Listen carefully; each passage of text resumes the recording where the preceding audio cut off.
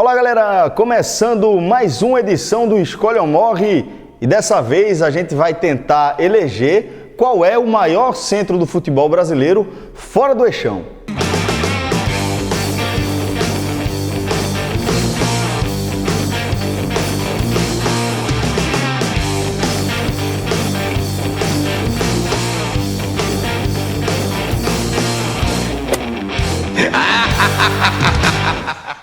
E quando a gente fala em eixão, a gente já exclui aí os clubes de Rio de Janeiro e São Paulo, o eixo, Rio-São Paulo, e aí a gente estende também para os clubes de Belo Horizonte e Porto Alegre. E aí a gente vai tentar definir aqui qual é o estado mais importante para o futebol brasileiro, excetuando-se aí esses 4 estados. E se você está gostando do nosso trabalho, não esqueça, não deixe de curtir os nossos vídeos, inscreva-se também no nosso canal e deixe seu comentário, que eu garanto que todos os comentários estão sendo lidos, apesar de a taxa de resposta... Por enquanto. É 0, né? Por enquanto. Mas vai chegar lá. Inclusive, a gente recebeu bastante comentário aí sobre o nosso cenário, a galera falou bastante sobre a nossa coleção de camisas. E se você está sentindo falta de alguma camisa que lhe seja importante, né? Se você é torcedor de Itabaiana, CRB, CSA, América de Natal, só mandar a camisa pra gente, porque inclusive as camisas que estão mandando, a turma tá usando aqui, ó. Agradecer aqui ao nosso assistente de palco, cara bonito, né? E a gente agradece também a direção do esporte, o Esporte Clube do Recife, que mandou essa camisa aqui pra gente, como cortesia. E já vai também ali para o varal, já vai pro cabideiro. Já vai, será que a turma manda mais? Pra encher. Respeita a turma. É o seguinte, os clubes, os torcedores podem mandar quem vai pro varal. Depois de um tempinho no varal, a gente vai sortear. Opa, até porque esse varal... Não, o varal, a gente imagina que o varal vai pesar em algum momento. Aí daqui a pouco tá a edição 20 e pouco do Escolhe ou Morre e a mesma camisa. Essa que chegou agora pesa, varal. E é importante que doem as camisas, porque todo o nosso dinheiro está indo nos quadros. Então só tinha orçamento ou pro quadro ou pra camisa, a gente foi nos quadros. A turma comprou lapela também, pô. Então, mas aí é aqui que dá, pô. É o cubo, né? O cubo é outro padrão. No podcast aqui. E os centros que a gente vai analisar aqui nesse programa são Pernambuco, Bahia, Paraná e Santa Catarina. Sobre Santa Catarina, Celso, ele está entrando nesse anúncio, na verdade, por um aspecto muito recente, que foi em 2015, para ser bem mais específico, quando o estado teve 4 times na primeira divisão. Um quinto, né? Um quinto da competição. Teve mais do que o Rio de Janeiro na ocasião. E 2 ficaram e 2 caíram. Não interessa, mas 4 competiram. Foi algo muito... nesse formato de brasileiro, Pernambuco nunca teve, Bahia nunca teve, o Paraná nunca teve. Então assim... Mas até esse cenário, e que diz muita característica do estado de Santa Catarina, né? Que ele é como se fosse, futebolisticamente falando, parece um país, onde são vários centros de grande importância. A capital não tem aquela predominância como tem nos outros. Mas, de uma forma geral, em torcida, em estádios, em história, sobretudo história, jogadores cedidos à seleção brasileira, em todos os aspectos que a gente vai falar aqui, de uma forma geral, o estado está muito atrás. Então, ele meio que sai dessa briga, embora... tem a ressalva de que seja hoje o único estado com título internacional, com a Chapecoense na Copa Sul-Americana e também tem um título nacional com o Criciúma em 91.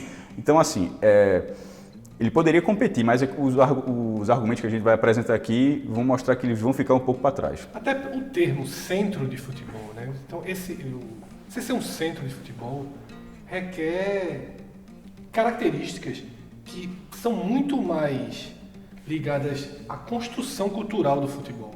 E Santa Catarina, nesse caso, ela está atrás, como centro, sobretudo, como história, como estrutura. É quase uma marca, né?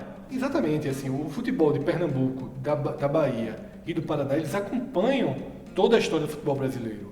Isso pesa demais. Então, não há como não colocar Santa Catarina atrás nessa lista, ainda tendo as 2 características que Cássio citou, que são características que, se isso acontecesse em algum determinado ano, com Pernambuco, imagina, Pernambuco, 4 clubes na Série A, a gente ficou distante de 3. Aconteceu em 1986, o Central foi o 4º representante. Mas aí era o outro universo. Ou seja, aconteceu 2 vezes, na verdade, em 76 e em 79, ambos com o Central e ambos num outro cenário, como você falou. E no Santa Catarina... Em 79, o brasileiro tinha... Em 86 o Central ainda teve que conseguir a classificação para isso, tem até um mérito maior. Mas ainda que o Santa Catarina tivesse tido 4 clubes no formato de 88 para cá, já seria relevante, mas foi nos pontos corridos, que é quinto do campeonato. Mas não é porque na década de 90 também teve campeonato com 20 times. Então, assim, não estou falando na questão da proporção do time, estou falando no momento do campeonato, que o campeonato hoje é considerado o mais concorrido nessa época do brasileiro. É só ver a quantidade de nordestinos que caíram, a dificuldade que é para ficar na primeira divisão, e o próprio estado enfrentou, né? Tanto que caíram 2. Essa questão do quinto, para mim, é tão significativa que o Nordeste inteiro hoje conseguir um quinto já é difícil. Nos pontos corridos. Nos pontos corridos, você ter 4 clubes do Nordeste em 20, imagina um estado, imagina Pernambuco, Bahia e Pernambuco. Eu acho que, sinceramente, é algo que gerações e gerações não vão ver como não viram até aqui, né, nessa proporção.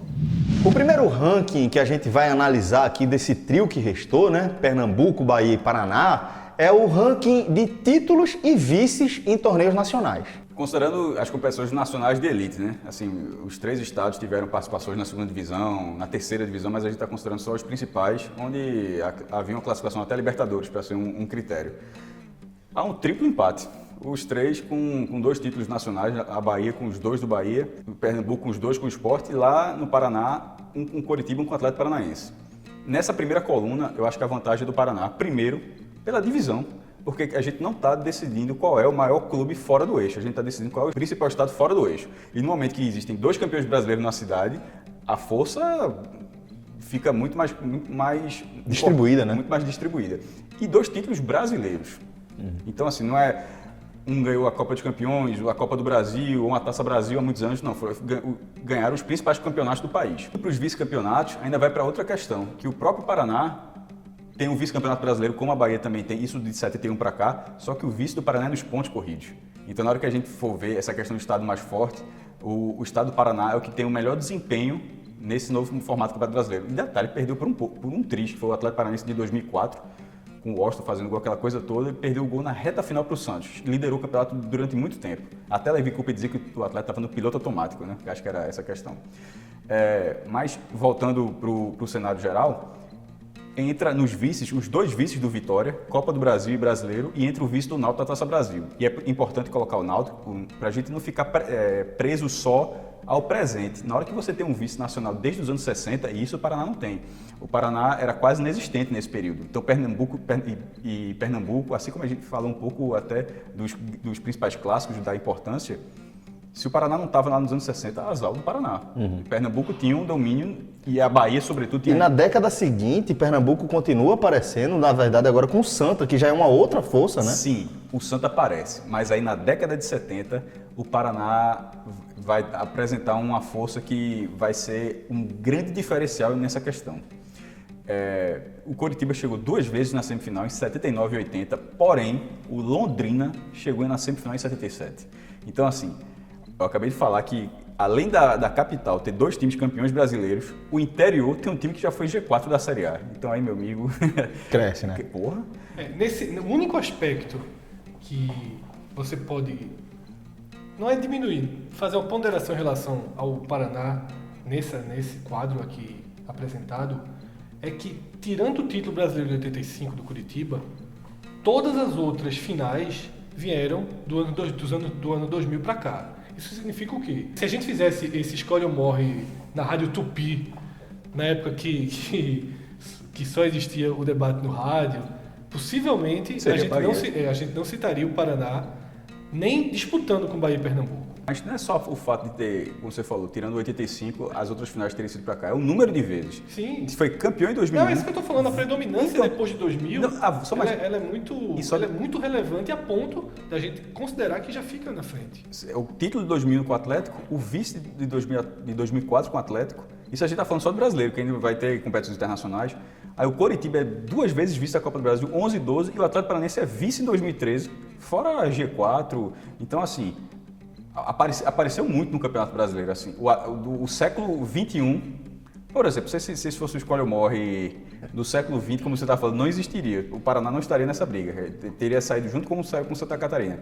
E por outro lado, se fosse só o século XXI, também não faria o menor sentido fazer um vídeo. A gente nem citaria aqui. Não, século XXI, se esse vídeo se fosse só o século XXI, também... não existiria nem vídeo, na verdade. E, assim, na verdade, o Paraná estaria concorrendo com algo maior. Estaria tentando escalar um degrau a mais.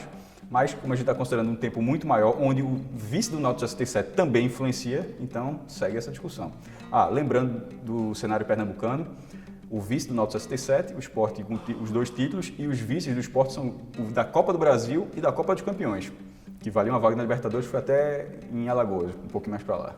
Um complemento sobre esse assunto, que vale até a discussão se é título ou não é título, é porque em 99, quando teve a ampliação da Libertadores, a CBF ganhou uma vaga a mais, e em vez de fazer como em 2016, que deu lá para o G6, para quem terminasse o G6, ela colocou um mata-mata, um torneio seletivo, com todos os times que não estavam disputando o título, ou seja, tinha aquele G8 que avançava. O calendário permitia na época? Permitia e todo mundo disputou. Inclusive, os que iam ser eliminados nas quartas de final e na semifinal iam entrando fases adiantadas, tipo Taça Brasil.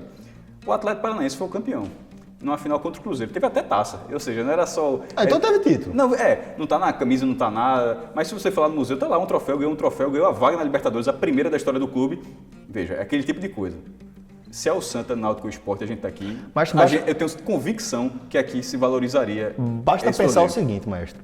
O que é que um clube precisa fazer para conquistar uma vaga na Libertadores? Não, é por isso que eu estou dando essa Numa ressalva. época em que havia muito menos vagas. Sem dúvida. Nunca teve outro torneio seletivo, só existiu esse. Porém... Foi vencido por ele. Foi vencido. Volta ali porque é no Mineirão. Porra, pesa, né?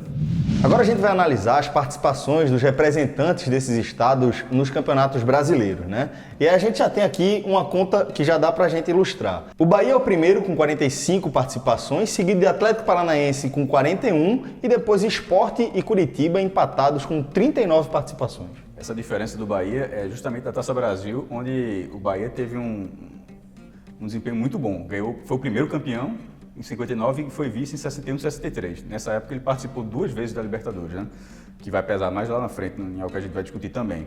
E nessa sequência veio o Vitória com 38, o Náutico com 34 e o Santa com 24. Esse número do Santa acaba sendo muito abaixo dos outros por causa dessa última década do Santa, as 2 últimas décadas do Santa, na verdade, né?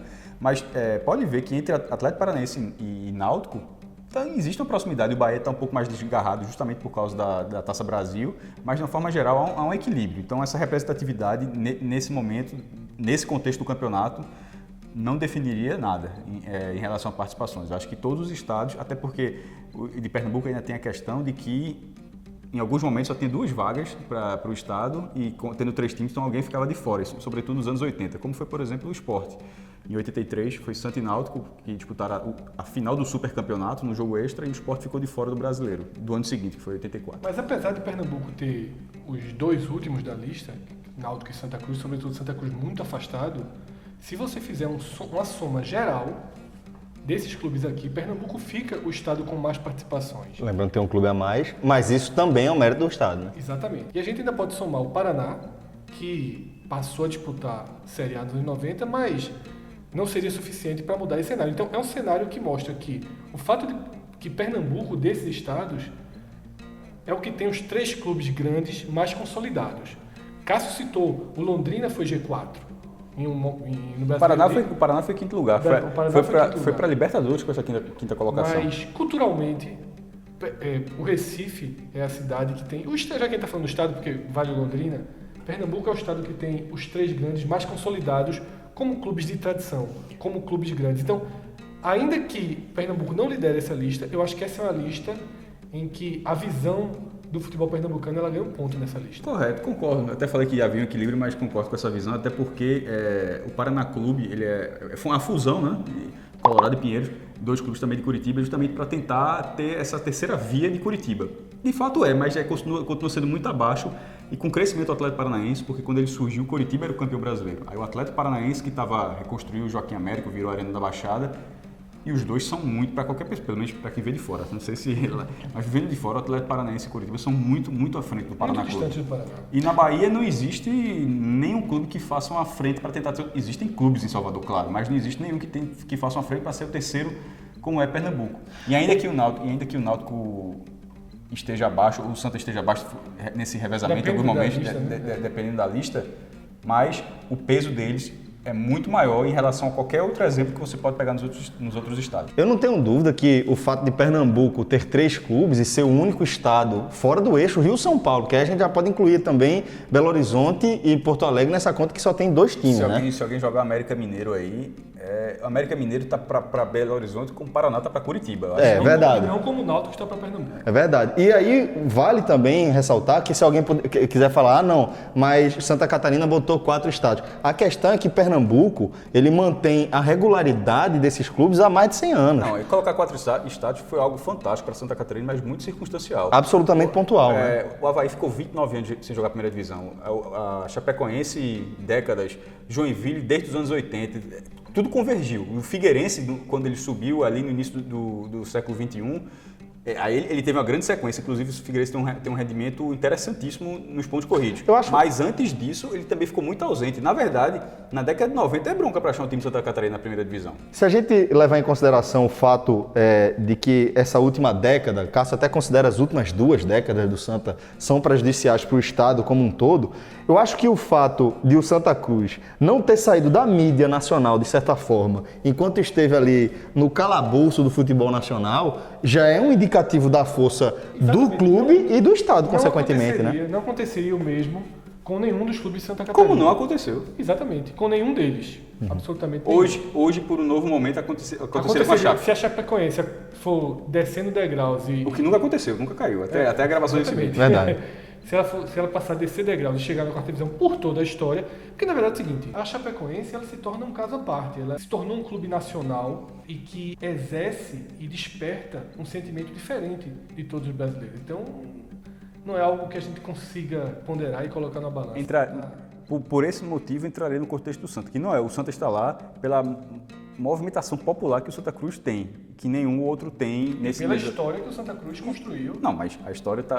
Junto com a movimentação popular, algumas pessoas podem interpretar apenas como aqueles grandes públicos do Arruda na Série D, não foi isso que eu quis dizer, não. Até porque não necessariamente o jogo pode estar vazio, mas está dando audiência na televisão. A quantidade de gente que acompanha o Santa Cruz, estando ou não estando no estádio, exato, um público considerável. Mas também, nesse ranking aqui dos pontos corridos, a gente vai ter o Atlético Paranaense liderando com 14 participações, seguido do Coritiba, também lá do Paraná. Depois vem Vitória com 9, Sport com 8 e Bahia com 6. O Bahia, que era o líder disparado no geral, cai para 6, para você ver a transformação negativa que o Bahia sofreu nesse período. De 45 no somatório geral, mesmo com esse desempenho, ou seja, se ele tivesse seguido o curso regular de participações, o Bahia estaria perto de 50 participações no geral. E esse recorte, Cássio, a partir de 2003 dos pontos corridos, também mostra, na verdade ele carimba tudo que a gente falou até aqui no programa, do quanto o Paraná se distanciou de Bahia e Pernambuco a partir dos anos 2000. Porque no recorte do brasileiro total, Pernambuco é o que tem mais participações envolvendo seus 3 grandes. Aqui, a soma de Atlético e Curitiba já dá 26. Barra qualquer outra composição. O trio, a gente nem colocou o Paraná na conta. O trio de Pernambuco já faz 15 aí. Então, assim, é 8 do Sport, 5 do Náutico, 2 do Santa. O período dos pontos corridos ele coincide com o pior momento de Pernambuco na história do Campeonato Brasileiro. De 59 para cá, o estado sempre teve pelo menos um representante na competição, na elite. Até 2001, quando o Santa e o Sport foram rebaixados. Aí de cara foram 4 anos sem representante. Aí o Santa volta, joga um ano, depois o Náutico e o Sport jogam 3 anos seguidos. Tem essa pequena série, aí cai todo mundo, fica mais 2 anos fora, 2010, 2011. E aí finalmente uma série que é a que se mantém agora sempre presente.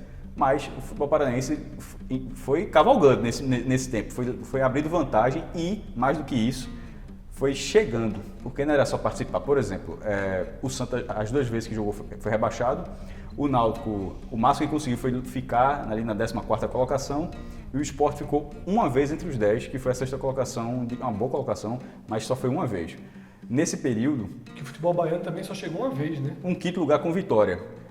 E um 10º lugar com vitória, se for para jogar mais um pouco mais para trás. Mas ficou entre os 10, ok. G10.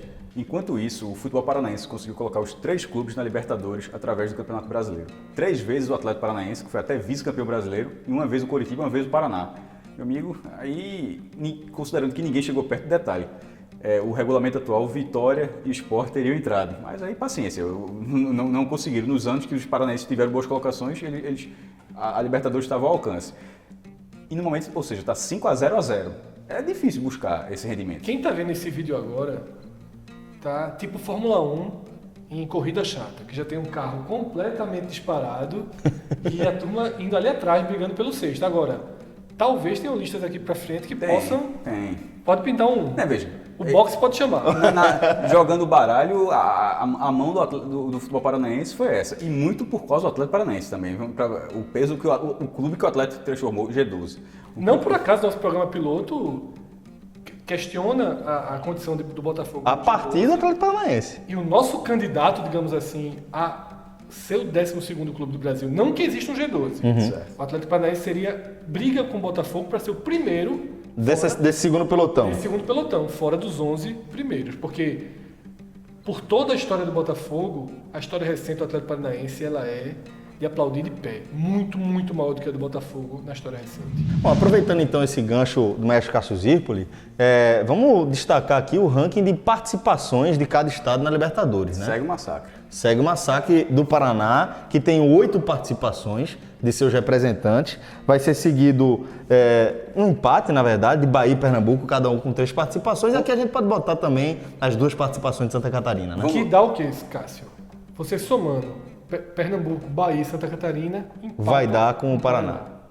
Mas por outro lado, se você é só o Atlético Paranaense lá. Só o Atlético tem 5. 5 do Atlético, 2 do Coritiba e 1 do Paraná Clube. No caso Mas colocou 3 clubes na Libertadores também. Não, porra, Fred, parabéns. Eu ia falar exatamente isso, mas não já colocando uma briga paralela, Pernambuco e Bahia, que era o seguinte. O que vale mais? O Bahia participou 3 vezes, uma em 60, outra em 64 e uma em 89. E Pernambuco participou 3 vezes também, mas com 2 clubes. Acho que Pernambuco nesse caso. No caso, o que pesa para a Bahia é que em 89 o Bahia chegou nas quartas de final. Ele passou das oitavas, havia oitavas e chegou nas quartas. Eu estou dizendo isso, que passou das oitavas... Porque foi onde o esporte chegou, né? Melhor participação do Pernambuco. Não, porque em 60 o campeonato era muito pequeno, então a estreia do Bahia já era a quarta de final. Ah, tá. Entendi. Então, assim, se você colocar a colocação do Bahia... E como ele vence, ele perdeu um jogo e ganhou outro, acho que do São Lourenço, da Argentina. Então ele teve esses pontos, a colocação final do Bahia na primeira Libertadores foi 5º lugar.